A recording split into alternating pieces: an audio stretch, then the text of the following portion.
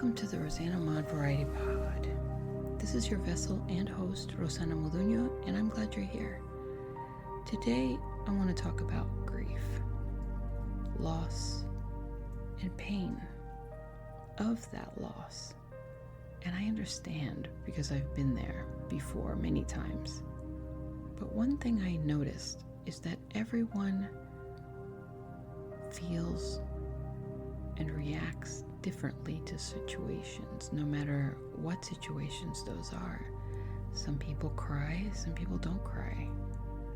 Some people act cold, while others are devastated. So it really depends on you personally and how it is that you handle loss. But I guess the first thing I'd like to talk about is loss. We are all disposable. Our bodies are vessels. Our bodies are temporary. They have expiration dates. We all do. We don't know when that expiration date is, but we definitely have them. Knowing this and accepting this is a way to relax the fear and come to grips with the reality of what life really is. If you think about the fact that energy as a science never ends, energy cannot be destroyed. And then you put that together with the human body, you're going to see that the body is containing the energy within. So when the body dies, the energy is left. And that, for some people, like myself, we call it the soul, we call it the spirit, the energy, the light that lasts forever. We lose the outside shell and continue our journey throughout the world, in whichever way we feel, or whichever way we're guided. I don't know, obviously, what's beyond life itself. But as a spiritual person who believes in God, I do know that there is life everlasting. And that it is because energy is everlasting. And we are energy. Therefore, it makes sense that when we lose someone here on earth, we don't really lose them in other forms. We all have to accept that sooner or later we will lose someone that we love. Whether it's a pet, a child, a parent, a grandparent, whatever it is, whenever it is going to happen. So coming to terms with the fact that it is going to happen should alleviate some of that pain for you. But I want to tell you something. If you look at life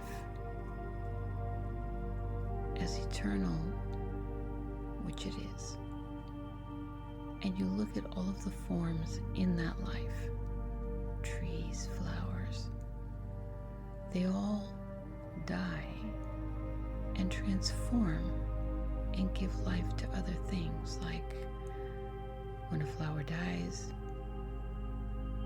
the seeds fall, the leaves fall, the petals fall into the ground, and then from that ground there creates another form of life, different than the one before, but yet still life.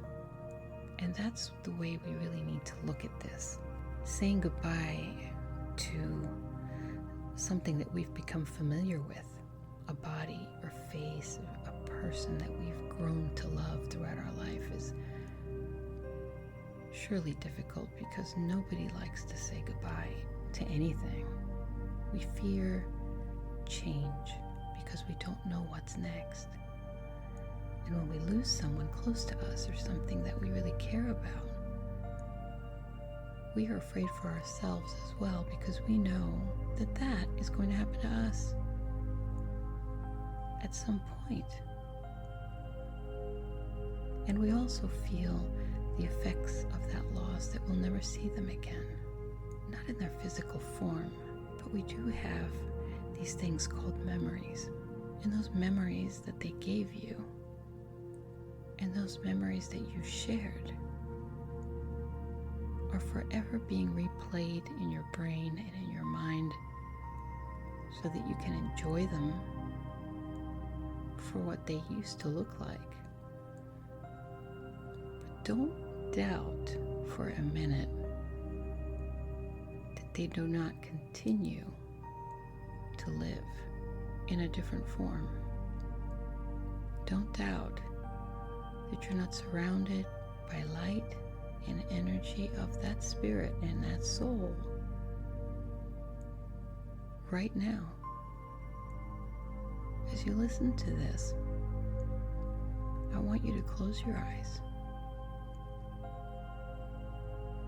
and envision that person that you've lost, or that pet that you've lost, or that loved one, whoever it is, whatever it is. Picture that person right now, or that loved one, smiling back at you and telling you it's going to be okay. You're going to be okay. And you are. You are going to be okay. Because there's nothing that you can do to change the situation as it stands. All you can do is accept it. And if you have to accept it, then why not accept it in a positive way? Why not be strong for the memory of that loved one and continue your life? And share the memories that they have given to you and the gifts that they've given to you, and share them with others to improve their lives so that they can know the person that you loved. It's a way of living on, but it isn't the only way that they're living on. They're living on now, rest assured. They're living on now through energy, through light, through electricity, through air, through thunderstorms, through rain, through dreams, through breaths and sleep, days and nights, on stars and clouds.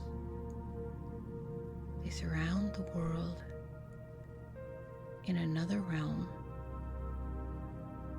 and yet still exist, because energy does not die.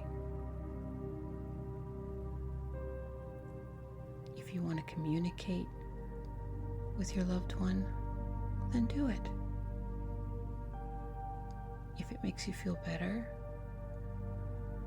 to talk to them, then do it. No one's going to judge or blame you for the way that you react to your personal grief experience.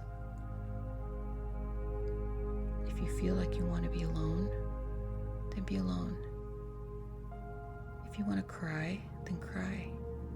And if you feel guilty because you can't cry, don't be. One day, you might cry for no reason at all and not understand where it's coming from. And that's because your body probably just wasn't ready. Wasn't ready, that's all. Don't be hard on yourself. This is the time that you need now to heal. And you're not healing just for yourself and for your own sanity, your own health, but you're healing for the memory of the person that you lost. Because they entered your life for a reason. They touched your life for a purpose. They've made you stronger for it. They've changed you in some way, and you should acknowledge that.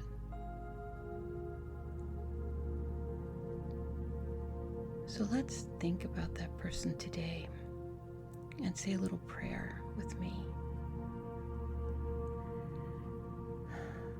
Dear God, thank you for allowing me the blessing of having that loved one in my life. Thank you for allowing me all of these beautiful memories that I have of them. The smiles, the laughter, the jokes, the kisses, the hugs, surrounded by family and joy. Thank you for the words of wisdom that they taught me. Thank you for having them guide me into better places and happier life. Thank you for bringing them into my world and making it so much better. God, please help me. Please help me be stronger so that I may contain this hurt that I feel today, so that I can be stronger for those that are surviving that need my help, so that I may be strong for myself in the memory of that person that I just lost. And if you can you please find a way to tell them that I love them, that I miss them, but that I'm going to be all right because they taught me well. Thank you. Thank you. Thank you. Thank you for everything that you've given me. I will never forget you. And I know that you're always by my side. And if ever I need a helping hand or advice, I know that you'll find a way to help me find that. In your way, in your wisdom, through whatever channels you find, I know that you'll find a way to help me. And I trust that. Amen. If you said that prayer with me, you will be stronger today. You will be stronger today, God, you will be. I have so much faith in you. You really have no idea. I love you more than you know. And this is for you, the listener. I do. I don't even know you. And I love you. Because you are my brother. Because you are my sister. Because we are all here together. And we experience the same pains, have the same fear. But under one God, whoever that God is that you believe in, even if it's just the universe, that's fine. That God that you believe in is always there to help you if you only ask. Pray for guidance. Connect with your loved one. Share memories with your friends about your loved one. Talk about them every day if you want. Keep them alive in your thoughts. Because I know that you're going to be all right. I'm signing off tonight. I hope that you feel better. I hope that you'll listen often if you ever feel like you need some kind of comfort. You can come back and listen to this again. Share it with someone that you feel might need it. From my house to yours, God bless you.